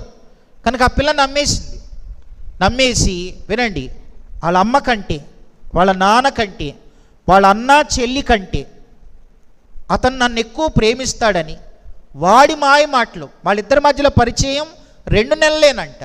2 నెలల పరిచయంలో అమ్మాయి అబ్బాయిని ప్రేమించి అతను లేకపోతే ఇక నేను ఉండలేనని, ఇక ఏమి కూడా రోజు వాడికి రాత్రులు చాటింగ్ చేయటం, వాడి ఎస్ఎంఎస్లు చేయటం, వీళ్ళిద్దరి మధ్యలో ముదిరిపోయింది. తొందరపడిపోతున్నారు, శారీరకంగా కలుసుకోవాలని తొందరపడిపోతున్నారు. అప్పుడు వాడన్నాడు, హైదరాబాదులో ఉంటే మా వాళ్ళకి మీ వాళ్ళకి తెలిసిపోతాం, మనం ఢిల్లీకి పోదామని అన్నాడంట. ఆమెను తీసుకొని ఢిల్లీకి వెళ్ళిపోయాడు. ఢిల్లీకి వెళ్ళారు, అక్కడ రూమ్ తీసుకున్నారు. పెళ్లి కాకుండానే రూమ్ తీసుకున్నారు. ఓ 1.5 నెలల వరకు అక్కడ ఉన్నారు. ఓ 2 నెలలు ఉన్నారు. ఆ తర్వాత వాడికి ఆమె మీద ప్రేమ పోయింది. అది ప్రేమ కాదు, అది మోహం. ప్రేమ వేరు, మోహం వేరు. ప్రేమ అంటేనేమో బాగు చేసేది, మోహం అంటేనేమో పాడు చేసేది. కనుక అది మోహం, ఆమె మీద మోహం, కోరిక తీరిపోయింది. తీరిపోయాక వాడు ఏం చేశాడంటే, వినండి, అందరికీ తెలిసిన విషయం చెప్తున్నాను. ఆమెను 38 ముక్కలుగా నరికి ఆ మొక్కలన్నీ ఫ్రిడ్జ్లో పెట్టి రోజుకో మొక్క తీసుకొని వెళ్ళి వాడు పడేస్తూ ఉంటే పోలీసు వాళ్ళకి దొరికి ఈ రోజున వాడు తీహార్ జైల్లో ఉన్నాడు. మరి ఇప్పుడు ఆమె జీవితం ఎంత నాశనం అయిపోయింది. 38 ముక్కలుగా చంపేశాడండి ఆమెని. మీరు వినలేదా? పేపర్లో వచ్చిన, టీవీలో వచ్చిన విషయమే కదా నేను చెప్పేది. కనుక తొందరపడింది, 2 నెలల్లో తొందరపడింది. కనుక ఒక అన్నయ్యగా చెప్తున్నాను, చెల్లి, తమ్ముడు, ఇక్కడ ఉన్న యవన బిడ్డలారా, తొందరపడకండి, తొందరపడి కమిట్మెంట్ ఇవ్వకండి. వాడు అంటాడు, మాయ మాటలు చెబుతారు, మోసం చేస్తారు. తొందరపడి ఎవరికి కమిట్మెంట్ ఇవ్వద్దు, తొందరపాటు వద్దు. లోతు పిల్లలు తొందరపాటు, వాళ్ళు చాలా తొందరపడిపోయారు. అది చాలా భయంకరం. కనుక అది గుర్తించాలి. పాపానికి తొందరపడకండి. ఏ సమయంలో జరగాల్సిందో ఆ సమయంలో జరిగిద్ది. పెళ్ళయ్యాక నీ భర్తతో సంతోషించు, నీ భార్యతో సంతోషించు. పెళ్ళి అనేది ఒకటి ఉంది కదా, అప్పటి వరకు ఆగాలి కదా. ఈలోపు కష్టపడి చదవండి, బాగా చదవండి, ప్రయోజకులు అవ్వండి. తర్వాత సమాజానికి ఒక మంచి పేరు తీసుకురండి. అంతేగాని చదివేటప్పుడు చదవకుండా అప్పుడు మొదలెడతారు. కొంతమంది ఎలా ఉంటారో తెలుసా? చదివేటప్పుడు చదవరు, రేపు ఎగ్జామ్ అనగా ఈరోజు రాత్రంతా కూర్చుంటాడు. వాడికి ఏమొస్తుంది చెప్పండి?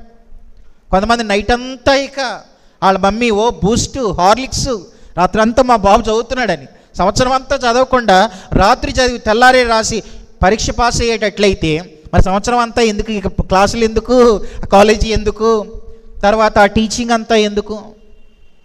కనుక మొదటి రోజు నుంచి చదివిన వాడే మంచి మార్కులు తెచ్చుకుంటాడు, గొప్పవాడు అవుతాడు. కనుక కష్టపడి చదవాలి.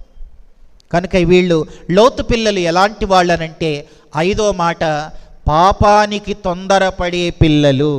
ఇది 5వది. 6వ మాట చెప్తాను వినండి. 6వ మాట ఏంటనంటే వాళ్ళ గురించి ఇలా ఉంది. 6వదిగా, లోతు పిల్లలు లోక మర్యాదలను బాగా నేర్చుకున్న పిల్లలు. 6వది, లోక మర్యాదలు బాగా తెలిసే వాళ్ళకి. కొంతమంది పిల్లలకి వినండి, పిల్లలకి అసలు బైబిల్లో ఏ అధ్యాయం ఎక్కడుందో తెలియని వాళ్ళు ఉంటారు. దైవిక మర్యాదలు తెలియదు.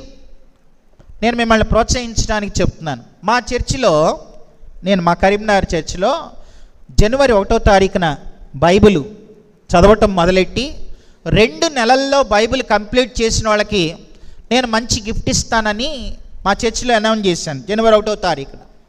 ఆ తర్వాత మా చర్చికి వచ్చే వాళ్ళందరిది వాట్సాప్ గ్రూప్ ఒకటి తయారు చేసి రోజు నేను చదివింది పోస్ట్ చేసి మీరు చదివింది కూడా పోస్ట్ చేయండి అని చెప్పాను. అలా నేను చదవటం మొదలెట్టాను. నేను చదువుతున్నాను, పోస్ట్ చేస్తున్నాను, చదువుతున్నాను, పోస్ట్ చేస్తున్నాను. అలా నాకు ఈ బైబిల్ చదవడానికి 17 రోజులు పట్టింది. అంటే జనవరి 1వ తారీఖున స్టార్ట్ చేస్తే ఫిబ్రవరి 17వ తారీఖు కల్లా నా బైబిల్ కంప్లీట్ అయిపోయింది. బైబిల్లో 1189 అధ్యాయాలు ఉన్నాయి. 31,102 వచనాలు ఉన్నాయి. ఇది బైబిల్లో 31,102 వచనాలు, 1189 అధ్యాయాలు. నేను నెల 17 రోజుల్లో చదివాను. చదివేసిన తర్వాత మా గ్రూప్లో కంప్లీటెడ్ అని నేను పెట్టి ఆ పైన చూశాను, నాకంటే ముందెవరైనా చదివారా అని నేను చూస్తే నేను చాలా సిగ్గుపడ్డాను. దేనికంటే నాకంటే ముందుగా మా చర్చిలో కొంతమంది యవ్వన చెల్లెళ్ళు, యవ్వన తమ్ముళ్ళు వాళ్ళు బైబిల్ చదివేశారండి. అసలు నేను వాళ్ళని ఎంత మెచ్చుకోవాలో అనిపించింది. వాళ్ళందరికీ మంచి గిఫ్ట్ ఇచ్చాను, షీల్డ్ తయారు చేసి ఇచ్చాను. నేను వాళ్ళకి ఎప్పుడు గుర్తుండిపోయేటట్లుగా కొన్ని షీల్డ్ తయారు చేసి ఒక కార్యక్రమం పెట్టి 2 నెలల్లో బైబిల్ చదివినందుకు అని వాళ్ళు ఎంకరేజ్ చేశాను నేను. అయితే మీకు మాట చెప్తున్నాను, మరి ఇక్కడ చాలామంది యవనస్తులు ఉన్నారు కదా, నేను మిమ్మల్ని అడిగే మాట ఏంటంటే, బైబిల్ ఒక్కసారన్నా కంప్లీట్ చేశారా? బైబిల్ ఒక్కసారైనా చదివారా? వినండి, బైబిల్ బాగా చదివితే 4 విషయాలు తెలుస్తాయి. బైబిల్ బాగా చదివితే 4 విషయాలు తెలుస్తాయి. మొదటిది ఏంటనంటే, దేవుడు ఎంత గొప్పవాడో తెలిసిద్ది. రెండవది, నువ్వేంటో నీకు తెలిసిద్ది. మూడవది, దుష్టుడు ఎంత చెడ్డోడో తెలిసిద్ది. నాలుగవది, నువ్వు దేవుని కోసం ఏం చేయాలో తెలిసిద్ది. 4 విషయాలు. దేవుడు ఎంత గొప్పవాడో తెలిసిద్ది, నువ్వేంటో నీకు తెలిసిద్ది, దుష్టుడు ఎంత చెడ్డోడో తెలుస్తాడు, నువ్వు దేవుని కోసం ఏం చేయాలో మనకి తెలవాలంటే దేవుని వాక్యమే చదవాలి. 1వ కీర్తన 1వ వచనం చూడకుండా చెప్పండి అందరూ. దుష్టుల ఆలోచన చొప్పున నడవక, పాపుల మార్గాన నిలువక, అపహాసకులు కూర్చుండు చోటను కూర్చుండక, యెహోవా ధర్మశాస్త్రం అంటే వాక్యం, యెహోవా ధర్మశాస్త్రమునందు ఆనందించుచు దివారాత్రము దానిని ధ్యానించువాడు ధన్యుడు. అతడు నీటి కాలువల యోరన నాటబడినదై ఆకువాడక తన కాలమందు ఫలమిచ్చు చెట్టు వలె ఉంటాడు. 3లో చెట్టు అని ఉంది. అంటే 2లో వాక్యాన్ని ధ్యానం చేయాలి. వాక్యాన్ని బాగా దివారాత్రులు ఎవరైతే ధ్యానం చేస్తారో వాళ్ళు చెట్లా ఉంటారంట. అయితే 1వ కీర్తన 4లో ఏముందంటే, అక్కడే 4లో ఏముందంటే, దుష్టులు అలాగున నుండక గాలి చెదర గొట్టు పొట్టు అని ఉంది. 3లోనేమో చెట్టు, 4లోనేమో పొట్టు. చెట్టుకి పొట్టుకి తేడా ఏంటనంటే, చెట్టంటే ఎదిగేది, పొట్టంటే ఎగిరేది. చెట్టంటే ఎదిగేది, పొట్టంటే ఎగిరేది. ఈ 2 బ్యాచ్ల వాళ్ళు ఉంటారు. రాత్రి 2 బ్యాచ్లు, ఇప్పుడు 2 బ్యాచ్లాగా చర్చిలో కూడా ఈ 2 బ్యాచ్లు ఉంటాయి. ఎదిగే బ్యాచ్, ఎగిరే బ్యాచ్. కనుక మనము ఎగిరే బ్యాచ్లో ఉండొద్దు, ఎదిగే బ్యాచ్లో ఉండాలి. ఎదగాలంటే వాక్యం చదవాలి, ఈ క్రమం రావాలి. కానీ లోతు పిల్లలకి లోకమంతా ఇష్టమే. అసలు సొదోమ అంటే అర్థం ఏంటనంటే సోకులు అని అర్థం. సొదోమ అంటే సోకులు పిచ్చాళ్ళకి. ఈ రోజున చాలామందికి బాహ్యపరమైన వాటి మీద ఉన్న పిచ్చి, ఈరోజు బైబిల్ చదవలేదు, ఈరోజు ప్రార్థన చేయలేదు, ఈరోజు నేను దేవునితో నేను గడపలేదు అని ఈ క్రమం వస్తుందా? ఇది లేదు. చాలామందికి దైవిక క్రమం లేదండి. లోకం అంతా వచ్చు. కొంతమంది పిల్లల్ని అడుగుతాను, క్రికెట్లో ఉన్న 11 మంది లేదా 12 మంది పేర్లు చెప్పండి, ఇండియన్ క్రికెట్ టీంలో ఉన్న 12 మంది పేర్లు చెప్పండి అంటే ధనధనధనగా చెప్పేస్తాం. యేసుప్రభు 12 మంది శిష్యుల పేర్లు చెప్పండి అంటే ఇక్కడ చాలామంది కనీసం ఆ 12 మంది శిష్యుల పేర్లు కూడా తెలియదు. ఒక్కసారి ఆలోచించండి. వాడు అలా కొట్టాడు, ఇలా కొట్టాడు అని అవి చెప్తాం, కానీ నిజంగా యేసుప్రభు 12 మంది శిష్యుల పేర్లన్నా తెలుసా? అది తెలియదు మనకి. ఈ క్రమం రావట్లేదు, బైబిల్ చదవట్లేదు. బైబిల్ చదివితేనే కదా మనం ఏదైనా నేర్చుకునేది, ఏదైనా తెలుసుకునేది. కనుక లోతు పిల్లలు ఎలాంటి వాళ్ళనంటే, వాళ్ళు లోక మర్యాదలు నేర్చుకున్నారు.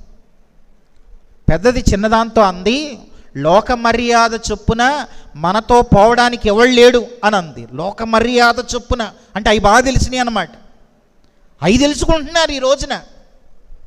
కొంతమంది తల్లిదండ్రులు పిల్లల్ని అది వద్దురా, అలా వెళ్ళొద్దు, అది చెయ్యొద్దు, అది ముట్టొద్దు అని అంటే పిల్లలు ఏమంటున్నారో తెలుసా?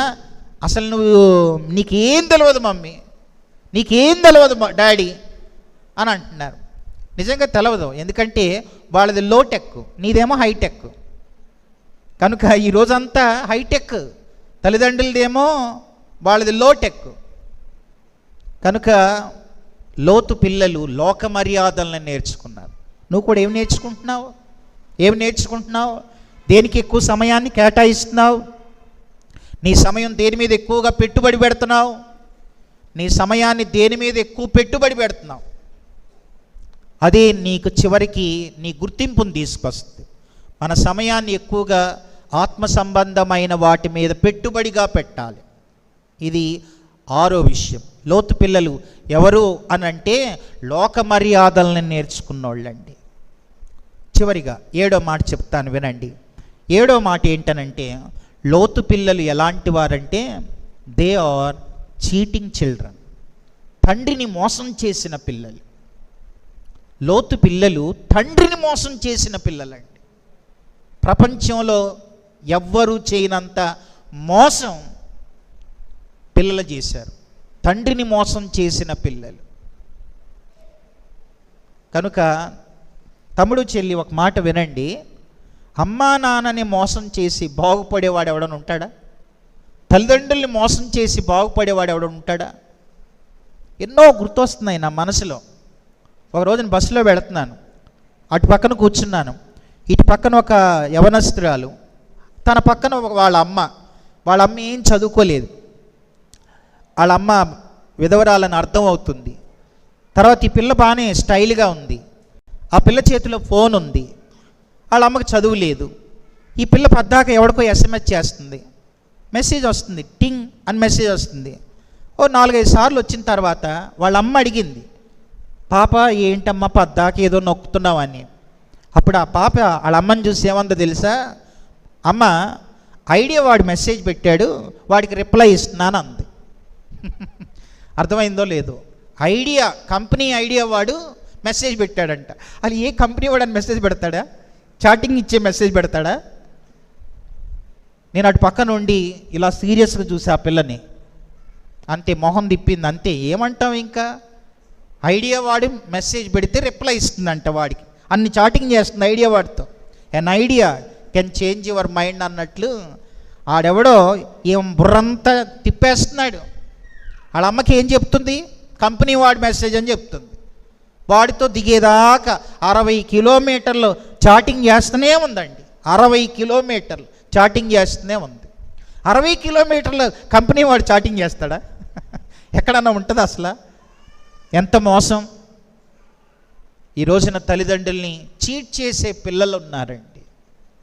కనుక యవన బిడ్డలారా, తమ్ముడు చెల్లి, కనుక ఇవి చివరి దినాలు. మీరు అనుకోనని గడియలో ప్రభు వచ్చేస్తాడు.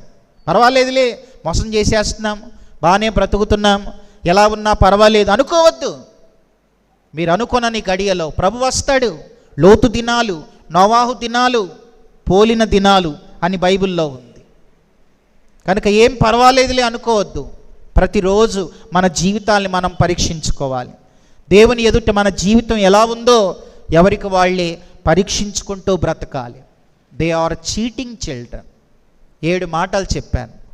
కనుక మొదటి మాట రక్షణ లేని పిల్లలు, రెండవదిగా తల్లిదండ్రుల మాట వినని పిల్లలు, మూడవదిగా సోమరి పిల్లలు, నాలుగవదిగా కష్టపడటానికి ఇష్టపడని పిల్లలు, ఐదవదిగా పాపం చేయటానికి తొందరపడే పిల్లలు, ఆరవదిగా లోక మర్యాదలను నేర్చుకున్న పిల్లలు, ఏడవదిగా తండ్రిని చీట్ చేసిన, మోసం చేసిన పిల్లలు. కనుక మోసం చేసి తండ్రికి తాగిపిచ్చి ఎవరు చేయని పని చేసిన పిల్లలు. కనుక చరిత్రహీనులు వాళ్ళు. కనుక మనము చరిత్రను తిరగరాసే వారంగా మనం ఉండాలి తప్ప మనం చరిత్రలో కొట్టుకుపోయే వాళ్ళంగా మన జీవితాలు ఉండకూడదు. కాబట్టి ఇవి చివరి దినాల్లో ఉన్నాం. మనము నోవాహు పిల్లల్లా ఉండాలండి. వాళ్ళు ఎంత మంచి పిల్లలు చూడండి. తండ్రి చెప్పాడు 120 సంవత్సరాలు ఓపికతో ఉంటే వీళ్ళకి అసలు ఓపికే లేదు. మగోడు కనబడకపోయే బట్టుకు ఓపిక లేదు. లోతు పిల్లలకి మగోడు లేడు, ఇక అందరూ చచ్చిపోయారు, అగ్నిగంధకాలతో చచ్చిపోయారు, మగవాళ్ళు లేరు, చేయకూడని తప్పు చేసేద్దాం. ఎంత చెడ్డ పిల్లలండి వీళ్ళు.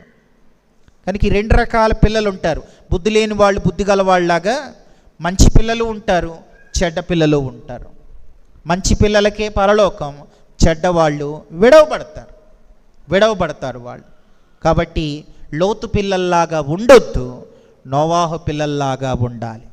అది మనం తీర్మానం చేద్దాం. ప్రభువా, నిజమే, తల్లిదండ్రులను సంతోషపెట్టిన పిల్లలు నోవాహు పిల్లలు కదా. అందరూ చెడిపోతే, వినండి మాట, అసలు నోవాహు దినాలు ఎలాంటివి? భూలోకం అంతా చెడిపోయారు, మరి వాళ్ళు చెడిపోలేదు కదా. ఎంత అద్భుతం అండి.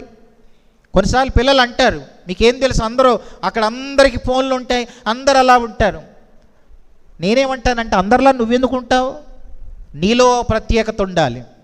ఉదాహరణకి నేను ఏదైనా బట్టలు కొనుక్కోవడానికి షాప్కి వెళ్ళాను అనుకోండి, చెప్పులు కొనుక్కోవడానికి షాప్కి వెళ్ళాను అనుకోండి, ఇది ఫలానా వాళ్ళు వేసింది, ఇది ఫలానా హీరో అని అన్నారు అనుకో, నేనంటాను అయితే ఇది సెకండ్ హ్యాండ్లా అని అడుగుతాను.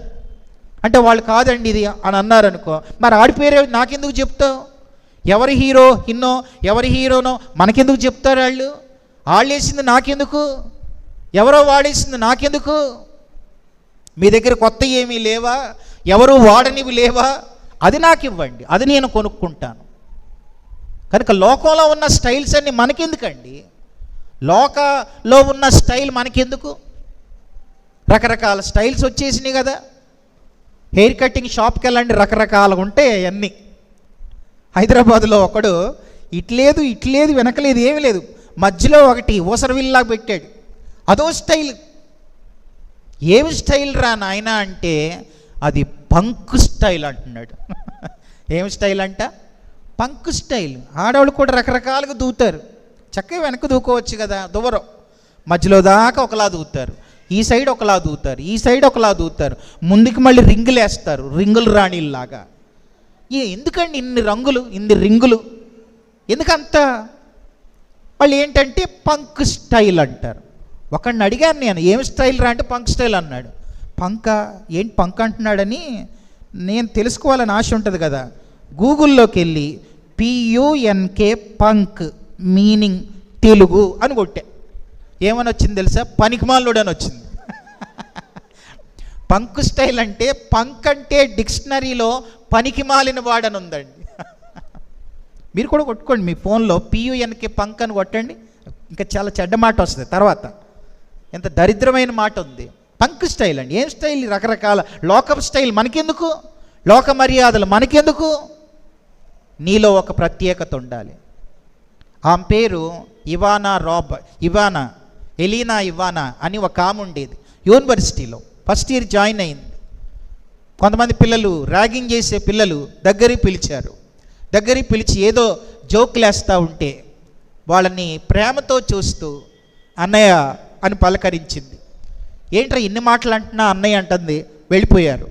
First year, second year, third year, 4 years, 4 సంవత్సరాలు అయిపోయింది. 4 సంవత్సరాల్లో ప్రిన్సిపల్ వస్తే లేచి నిలబడ్డాడంట. తర్వాత చివరిలో గ్రాడ్యుయేషన్ అప్పుడు అందరూ మగపిల్లలు అన్నారంట, ఎలీనా ఇవాన్ లాంటి ఒక ఆడపిల్ల మా ఇంట్లో ఎందుకు పుట్టలేదు అని వాళ్ళు చాలామంది ఆమెను గురించి మాట్లాడారంట. మా ఇంట్లో ఎందుకు పుట్టలేదు, అలాంటి చెల్లి, అలాంటి అక్క నాకు ఎందుకు లేదు అంటే, ఆమెలో ఉన్న సింపుల్సిటీ, ఆమెలో ఉన్న విధేయత, ఆమెలో ఉన్న అణుకువ, ఆమెలో ఉన్న న్యాచురల్గా సింపుల్గా ఉండేది. బాగా ఎక్స్ట్రాలుగా ఆడంబరాలతో, హంగు ఆర్భటాలతో ఎదుటోళ్ళకి కనబడితే కొంతమంది బాగా తయారవుతారు. వాళ్ళ గురించి ఒక మాట చెప్తాను. బాగా తయారయ్యేది ఎదుటి వాళ్ళని రెచ్చగొట్టడానికి. అలా తయారవద్దు. నీలో ఒక సున్నితత్వం, నీలో ఒక మృదుత్వం, తర్వాత నీ వేసుకునే బట్టలు, నువ్వు ధరించే వస్త్రాలు, ఆభరణాలు ఎదుటివారిలో నీ పట్ల ఒక దయ పుట్టించే అలాంటి మనసు మనకి కలగాలండి. అంతే తప్ప ఎదుటి వాళ్ళని మనం రెచ్చగొట్టేటట్లుగా మనం ఉండకూడదు. నువ్వు బాగా తయారయ్యవనుకో, హైదరాబాద్లో చాలామంది రకరకాలుగా తయారవుతారు. వాళ్ళ డ్రెస్సులు ఇక్కడికే ఉంటాయి. ఆడపిల్లలకు కూడా తర్వాత ఒంటి మీద చున్నీ ఉండదు, తర్వాత అసభ్యంగా కనపడతారు. చూసినోడల్లా ఆమెలనే చూస్తూ ఉంటాడు. వాళ్ళు తయారయ్యేది కూడా అందరూ చూడాలని వాళ్ళు. కనుక మనం అలా ఉండకూడదు, మనలో ప్రత్యేకత ఉండాలి, లోక మర్యాదలు జాగ్రత్తగా ఉండాలి. ఎంత మంచి పిల్లలు, నోవాహు పిల్లలు, లోతు పిల్లలు. కనుక అందుకని ఆ మత్తయి సువార్త 24లో వీళ్ళిద్దరినీ చూపించి, 24లోనే ఉన్నాయి, వీళ్ళిద్దరిని లోతు దినాలు, నోవాహు దినాలు అని చెబుతూ, కనుక మీరు అనుకున్నది గడియలో మనుష్య కుమారుడు వస్తాడు కాబట్టి మీరు సిద్ధంగా ఉండండి, జాగ్రత్తగా ఉండండి, నోవాహు పిల్లల్లా ఉండండి, లోతు పిల్లల్లా ఉండొద్దని మనకు దేవుని వాక్యం ఈ పగటి పూట మనల్ని హెచ్చరిస్తుంది. కాబట్టి మనల్ని మనం నోవాహు పిల్లల్లాగా ఉండడానికి తీర్మానం చేసుకుందాం. లోతు పిల్లల లక్షణాలు ఏవైనా ఉంటే వాటిని విడిచిపెట్టి, ప్రభువా నేను లోకం వైపు చూడను, పాపం వైపు చూడను, తొందరపడను, సోమరితనంతో ఉండను, అమ్మ నాన్నకు లోబడతాను అని ఓ మంచి తీర్మానం చేద్దాం. అట్టి కృప దేవుడు మనందరికీ దయచేయునుగాక. ఆమేన్. తల్ల వంచండి, ప్రార్థన చేసుకుందాం.